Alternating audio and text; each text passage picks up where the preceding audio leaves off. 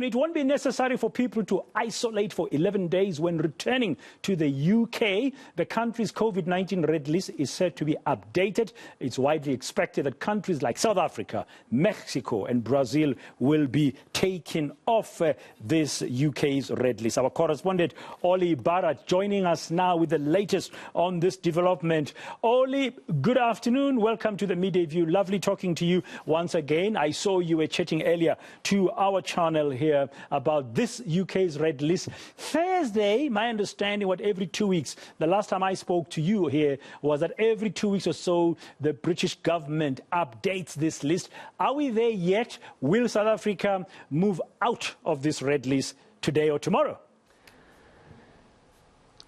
We should know very, very soon indeed. It's every 3 weeks that the government updates its traffic light system when it comes to which countries are where on that list. Now, at the moment, because of newly updated rules, we actually only have a red list and then the rest of the world. And it could well be that in the next 24 hours, South Africa comes, finally, many will feel, off the UK's red travel list. Meetings are happening in London today between scientists and government officials in which they look at all the latest data and decide which countries should be where. And as you say, it is widely expected that South Africa may move off the red list when those decisions are taken. Now, exactly when that announcement will be made is difficult to predict because it depends entirely on how long these meetings go on in London. Sometimes the announcement comes in the middle of the British Thursday afternoon, sometimes late at night on a Thursday. Sometimes, if the meetings are particularly difficult and contentious and complicated, we don't hear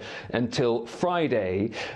Bear in mind also, though, one caveat to all of this is that 3 weeks ago, we also expected that the UK's red list would be slashed to just a few countries and that South Africa might come off it then. That didn't happen for a number of reasons, so no one's counting any chickens quite yet. But many here in the UK who do work either in the South African travel industry or connected to it are hoping that the next 24 hours or so will see that news that they've been waiting for. Yeah, Olly, there's been a lot of meetings, as you say, interactions and engagements, even our own president reaching out to Prime Minister Boris Johnson, the business sector, the scientists, and it's all been about concerns around the different types of the variants that we are having in the country. But we know now that Delta variant has really overtaken or overwhelmed or, obliterated the earlier variant of Beta that there were concerns about.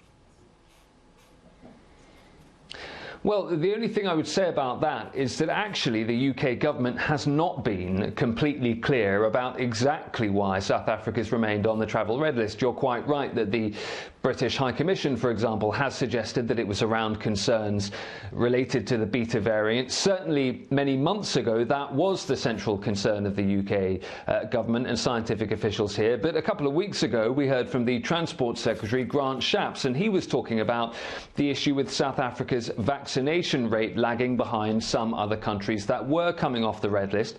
That didn't explain why Kenya came off the red list and South Africa didn't. And this has been one of the criticisms of the UK government throughout this period when it comes to its travel list designations, is that it sets out the broad criteria that it's looking at. That also includes prevalence of the virus, reliability of data, but it doesn't go country by country and explain exactly why each country is where. That's led to a lack of clarity about South Africa's position on the red list. I think that has led to a great deal of the anger from those in the travel industry about why South Africa remains on the red list and the lack of explanation for it. But certainly, if it is to do with the Beta variant, you're quite right. Then you would imagine that South Africa will be coming off the red list today, but that still leaves the question, why didn't it come off 3 weeks ago if that was the concern? Yeah, and finally, very quickly, Olly, I mean, if that was the concern was also the rate of vaccination. We saw the South African government last week embarking on what we call here the Vuma vaccination rollout, and tens of thousands of more people were added to those who've been vaccinated. Maybe that will send a positive message. Time-wise, we don't know, but can we be optimistic? I think we can be optimistic about the red list. Where the vaccination thing is complicated, because even if South Africa comes off the red list, it doesn't necessarily mean that today the UK government will at the same time recognise the vaccine certification of people who are vaccinated in South Africa. So that raises the prospect of Brits being able to travel back and forth to South Africa and home without quarantining here, but South Africans who want to come to the UK still needing to do so, and that would be still controversial. Thank you very much, Olly Barrat. We'll have to wait and see. It's a question of time that we might be hearing from the British government about whether or not South Africa has been taken off that red list and if there will be any other conditions. Olly Barrat live to us there from London.